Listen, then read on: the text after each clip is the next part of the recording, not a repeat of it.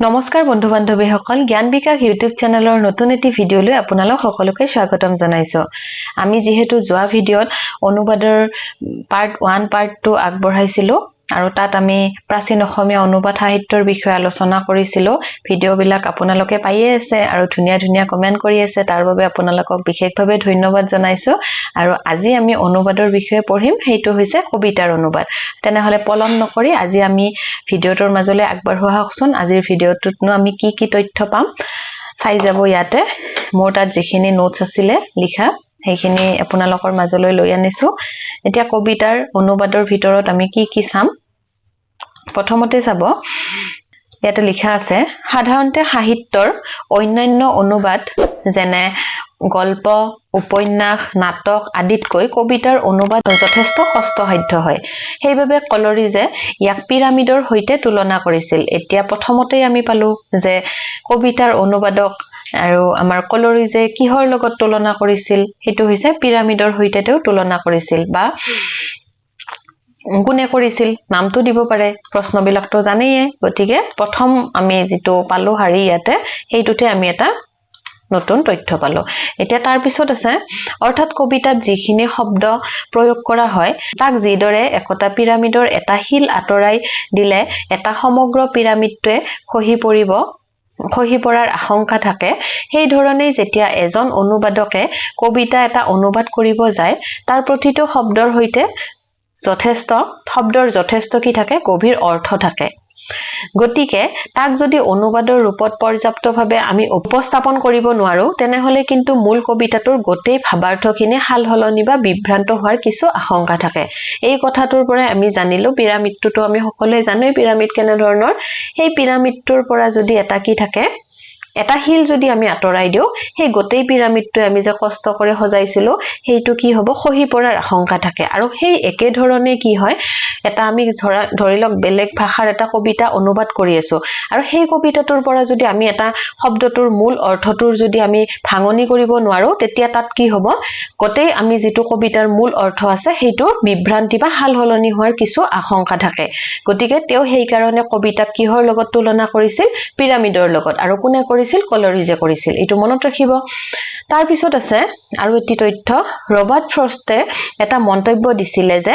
অনুবাদত যি হেৰাই যায় হিয়ে হল কবিতা সম্পৰ্কে এই সংজ্ঞাটো কোনে দিছিল ৰবাৰ্ট ফ্ৰষ্টে নামটো মনত ৰাখিব কেতিয়াবা এই লাইনটো দি কোনে দিছিল এই কথাষাৰৰ বক্তা কোন হেতু হৈছে ৰবাৰ্ট ফ্ৰষ্ট বা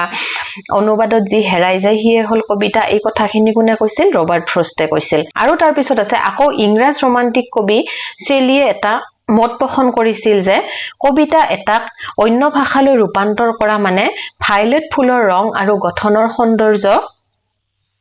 বিচাৰি গোটেই ফুলপাহকে ফালি চিৰি নষ্ট কৰাৰ দৰে কথা আৰু এই কথাখিনি কোনে কৈছিল আমাক শেলিয়ে কৈছিল শেলিৰ নামটোতো আমি শুনিছোৱে আৰু তেওঁ আছিল ইংৰাজ ৰোমান্টিক কবি গতিকে কবিতা সম্পৰ্কে আমি ৰবাৰ্ট ফ্ৰষ্টৰ কথাখিনি পালো কলৰিজৰ পালো আৰু শেলিয়ে কি কৈছিল সেই কথাখিনি জানো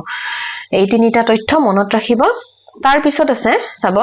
আধুনিক যুগৰ অসমীয়া সাহিত্যৰ কবিতাৰ অনুবাদনো কেনেকুৱা আছিল সেই বিষয়ে অলপ তথ্য আছে সেইখিনি কি আছে আপোনালোকে এতিয়া এইখিনিৰ পৰা জানিব পাৰিব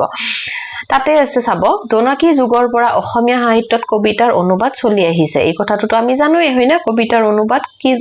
কোন সময়ৰ পৰা চলি আহিছে জোনাকী যুগৰ পৰাই চলি আহিছে আৰু এই ক্ষেত্ৰত আমি প্ৰথমে ক'ব পাৰো যে ভাঙনি কোঁৱৰ ভাষাৰে খ্যাত আনন্দ চন্দ্ৰ আগৰৱালাই জীৱন সংগীত চহা আৰু পণ্ডিত সুখৰ ঠাই আদিৰ অনুবাদ কবিতাৰ মাজত অনুপম দক্ষতাৰ পৰিচয় দিছিল ইয়াতে এটা প্ৰশ্ন পালো ভাঙনি কোঁৱৰ বুলি কাক জনা যায় কোন গৰাকী কবিক জনা যায় হেতু হৈছে আনন্দ চন্দ্ৰ আগৰৱালা আৰু তেও কি লিখিছিল জীৱন সংগীত চহা আৰু পণ্ডিত সুখৰ ঠাই নাম দিব পাৰে ইয়াৰে দুখন দিল জীৱন সংগীত চহা আৰু পণ্ডিতৰ লিখক কোন অপচন বিলাকটো জানে চাৰিটা অপচন আহিব তেতিয়া আমি কি লিখিম আনন্দ চন্দ্ৰ আগৰৱালা বা আনন্দ চন্দ্ৰ আগৰৱালা কি কবি হিচাপে জনা যায় হেইটো পালো ভাঙনি কোঁৱৰ হিচাপে তাৰ পিছত আৰু চাব ভাঙনি কোঁৱৰ বুলি তেও এই কাৰণে কোৱা হয় যে তেও ইংৰাজী বা অন্যান্য ভাষাৰ পৰা তেও বিভিন্ন কবিতা ভাঙনি কৰিছিল হেয়ে তেও ভাঙনি কোঁৱৰ আখ্যা দিয়া হয় এতিয়া ভাঙনি কোঁৱৰ বুলি তেও কিয় আখ্যা দিয়ে তাৰে কথাখিনি ইয়াত উল্লেখ কৰিছো সেইখিনি আপোনালোকে মনত ৰাখিব তাৰ পিছত আছে যতীন্দ্ৰনাথ দুৱৰাৰ অমৰ তীৰ্থ এইটোতো আমি আগৰ পৰা পাইয়ে আহিছো যতীন্দ্ৰনাথ দুৱৰাৰ কি আছিল অমৰ তীৰ্থ এইখন আসলতে মূল ভাষাৰ মূল গ্ৰন্থৰ পৰা কৰা অনুবাদ নহয় ই আসলতে ফিটজাৰলেণ্ডে কৰা ইংৰাজী অনুবাদৰ এক দূৰণিবতীয়া পৰিক্ৰমাৰ শেষতহে যতীন্দ্ৰনাথ দুৱৰাই অমৰ তীৰ্থখন সৃষ্টি কৰিছিল আৰু মূল ৰূপটো আছিল অমৰ খায়ামৰ ৰুবাইবৰ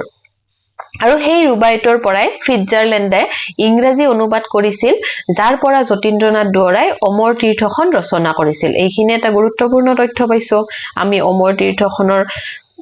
ওপৰত হয়নে আৰু কোন আছিল যতীন্দ্ৰনাথ দুৱৰাই লিখিছিল আৰু সেইখনৰ মূলটো কি আছিল সেই কথাটো আমি পালো মূলৰ পৰা তেওঁ অনুবাদ কৰি কি নাম দিছিল অমৰ তীৰ্থ আৰু প্ৰথমখন আছিল অমৰ খায়ামৰ ৰুবাইবৰৰ পৰা তেওঁ সেই কথাখিনি অনুবাদ কৰিছিল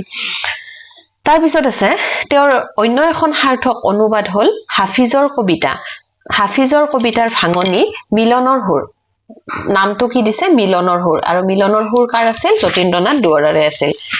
তাৰ পিছত কবি পদ্মধৰ চলিহাৰ নামটো আহে যতীন্দ্ৰনাথ দুৱৰাৰ পিছত আমি কাৰ নাম পাম পদ্মধৰ চলিহা তেওঁ দুটামান ইংৰাজী কবিতাৰ সাৰ্থক অনুবাদ কৰিছিল তাৰে এটা ভাল কবিতা হল ৱাল্টাৰ স্কটৰ পেট্ৰিয়াটিজম কবিতাৰ অনুবাদ কি নামেৰে কৰিছিল স্বদেশ প্ৰেম নামবিলাক কিন্তু মনত ৰাখিব ইয়াৰ পৰাই প্ৰশ্নবিলাক আহে যে পেট্ৰিয়াটিজম কবিতাটোৰ কি নামেৰে অনুবাদ কৰা হৈছিল স্বদেশ প্ৰেম বা মূলটোৰ নাম কি আছিল হেতু আহিব পাৰে বা কোনে কৰিছিল 3-4 ধৰণে প্ৰশ্নবিলাক আহা দেখা যায় মনত ৰাখিব আৰু বহুত কথা পঢ়তে বস্তুবিলাক কি হয় খেলিমেলি হৈ যায় আপোনালোকেতো পঢ়ি থাকতে গমে পাইছে কিমান কথা মনত ৰাখিব লাগে সেই কাৰণে মই কৈছো মোৰ তাতে জেনেদৰে লিখা আছে পাৰিলে লিখি ললে কি হ'ব ৰিভাইজ কৰতে সুবিধা হ'ব তাৰ পিছত আছে দুৰ্গেশ্বৰ শৰ্মা আমি পদ্মধৰ চলিহাৰ পিছত নাম পাম দুৰ্গেশ্বৰ শৰ্মাৰ তেওঁ ৱৰ্ডছৱৰ্ডৰ চেলি আদিৰ কবিতাৰ অনুবাদ কৰিছিল আৰু তেখেতৰ এই ধৰণৰ অনুবাদৰ এক অৱদান হল ৱৰ্ডছৱৰ্ডৰ লুচি কবিতা কেইটা আমি ৱৰ্ডছৱৰ্ডৰ নামটোও পাইছো হেয়েহে তেওঁক অসমীয়াৰ ৱৰ্ডছৱৰ্ড বুলি কোৱা হয় যেহেতু তেওঁ ৱৰ্ডছৱৰ্ডৰ কবিতাৰ ভাঙনি কৰিছিল আৰু অসমীয়া ৱৰ্ডছৱৰ্ড বুলি কাক কোৱা হয় আমি নামটো কাৰ পাম দুৰ্গেশ্বৰ শৰ্মা এইটো এবাৰ প্ৰশ্নত আহিছিল কিন্তু কোন বছৰ আহিছিল মোৰ সঠিককে মনত নাই কিন্তু অসমীয়া ৱৰ্ডছৱৰ্ড বুলি কোন গৰাকী কবিক জনা যায় তেতিয়া আমি কি লিখিম দুৰ্গেশ্বৰ শৰ্মাৰ নামটো লিখিম মন কৰিবলগীয়া কথা যে হাফিজৰ কবিতাৰ ভাঙনি কেৱল যতীন্দ্ৰনাথ দুৱৰাই কৰা নাছিলে এই ধৰণৰ এক অনুবাদ কৰ্ম কৰিছিল আনন্দ চন্দ্ৰ বৰুৱায়ো কিন্তু তেখেতে যতীন্দ্ৰনাথ দুৱৰাৰ হাফিজৰ কবিতাৰ ভাঙনি মিলনৰ সুৰ নামেৰে কৰাৰ দৰে তেখেতে কিন্তু কোনো বেলেগ নাম দি কৰা নাছিলে আনন্দ চন্দ্ৰ বৰুৱাই কিন্তু হাফিজৰ সুৰ ভাঙনি কৰি হাফিজৰ সুৰ নামেৰে নামাকৰণ কৰিছিলে আৰু তেখেতে এই গ্ৰন্থখন প্ৰকাশ কৰিছিলে কিমান চনত 1933 যেনেদৰে আনন্দ চন্দ্ৰ বৰুৱাই কি কৰিছিল যতীন্দ্ৰনাথ দুৱৰাৰ যিখন হাফিজৰ কবিতাৰ ভাঙনি কৰিছিল তাৰ নামটো কিন্তু চেঞ্জ কৰি দিছিলে মিলনৰ সুৰ দিছিলে কিন্তু এই গৰাকী কবিয়ে কি কৰিছিল নামটো সলনি কৰা নাছিল যি ধৰণে তেওঁ অনুবাদ কৰতে নামটো আছিল তাৰ পিছত অনুবাদ হোৱাৰ পিছতো সেই নামটোৱে ৰাখিছিল আৰু এই গ্ৰন্থখন কেতিয়া প্ৰকাশ পাইছিল 1933 চনত 1933 চনত মনত ৰাখিব তাৰ পিছত আহিল ডিম্বেশ্বৰ নেওগৰ মে কুইন নামৰ কবিতাৰ অসমীয়া অভিযোজনা বিহুৰাণী এইটোৰো প্ৰশ্ন আহিছিল বিহুৰাণী মানে কি আছিল এইটো ডিম্বেশ্বৰ নেওগৰ মে কুইন নামৰ কবিতাৰ অসমীয়া অভিযোজনাটোৰ নাম কি আছিল বিহুৰাণী আছিল এইটো মনত ৰাখিব বা কেতিয়াবা নাম কেইটা দি মিলাবও দিয়ে কোন গৰাকী কবিৰ কোনখন অনুবাদ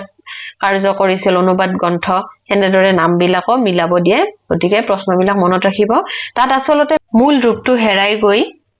আসলতে মৌলিকতা দেখিবলৈ পোৱা যায় তথাপিও মূল ৰূপৰ পৰা এটা আৰ্হি লৈ লিখা হৈছিল যিহেতু গতিকে ইয়াৰ মূল ৰূপটোক এটা অসমীয়া অভিযোজনা বা অভিযোজিত কবিতা বুলি আখ্যা দিয়া হয় এই কথাখিনি মনত ৰাখি যাব তাৰ পৰৱৰ্তী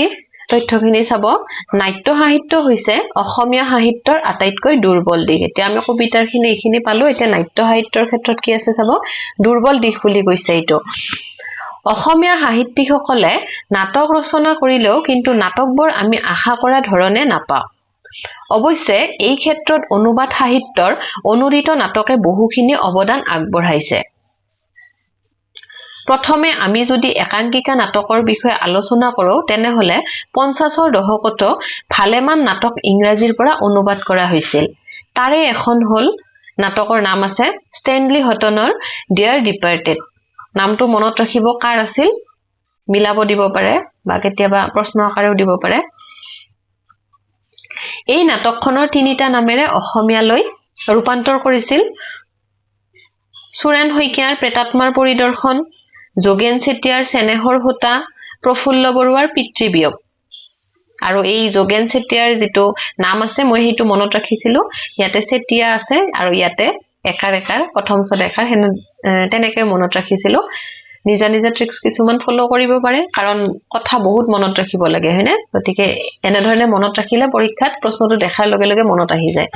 তাৰ পিছত আছে আবুল লেইছে দা হোম অফ ভিজন নামৰ নাটকৰ সপনৰ ঘৰ নামেৰে আৰু দা মাংকিজ প নামৰ নাটকৰ বান্দৰৰ হাতৰা মাথোন নামেৰে অনুবাদ কৰিছিল আৰু লাষ্টত আছে প্ৰফুল্ল দত্ত গোস্বামীয়ে একাংকিকা নাট দা ৰিজিং অফ দা মুনৰ অসমীয়া ভাঙনি জনৰ পহৰত আৰু ৰিডাৰ্ছ টু দা চিৰ সাগৰ অভিমুখে নাম দি তেওঁলোকে কি কৰিছিল অনুবাদ কৰিছিল আৰু এইখিনি তথ্য আপোনালোকৰ মাজলৈ মই আজি দিলো কবিতাৰ ক্ষেত্ৰত যি আছিল নাটকৰ এটা আভাস দিলো ভিডিওটোৰ পৰা হয়তো অলপ হলে উপকৃত হ'ব পাৰিব মোৰ হাতত যিখিনি তথ্য আছিল সেইখিনি মই দিয়াৰ কাৰণে চেষ্টা কৰি আছো আৰু একেলগে ভিডিওবিলাক দীঘলীয়া হলেও অলপ অসুবিধা হৈ যায় হেয়ে মই এটা ভিডিওত এটা টপিক কভাৰ কৰাৰ কাৰণে চেষ্টা কৰি আছো আৰু আপোনালোকে কমেন্ট কৰি জনাব কেনে পাইছে কি কথা কমেন্ট বিলাকৰ পৰা উৎসাহ পোৱা যায় আৰু কামটোৰ প্ৰতি এটা কি আছে আগ্ৰহ জন্মে যে আৰু মই বনাব লাগিব ভিডিও বা মোৰ ভিডিওটোৰ পৰা উপকৃত হ'ব পাৰিছে সেইখিনি শুনিলেও ভাল লাগে এই আপোনালোকক পুনৰ এবাৰ ধন্যবাদ জনাইছো ইমানখিনি সহাৰি জনোৱাৰ বাবে আৰু পৰীক্ষাৰ বাবে যেহেতু ডিসেম্বৰৰ বাবে প্ৰস্তুতি আমি আৰম্ভ কৰিবৰ হৈছেয়ে মোৰ ফালৰ পৰা যিখিনি পাৰো মই সহায় কৰিম লগতে আপোনালোকে নিজৰ ধৰণেও কৰি থাকক সকলোৰে ভাল হোৱাৰ শুভকামনাৰে আজিৰ ভিডিওটো ইয়াতে সামৰণি মাৰিছো ভিডিওটো যদি ভাল পাইছে তেনেহলে লাইক কৰিব শেয়াৰ কৰিব আৰু চেনেলটো সাবস্ক্ৰাইব কৰি দিবলৈ নাপাহৰিব ধন্যবাদ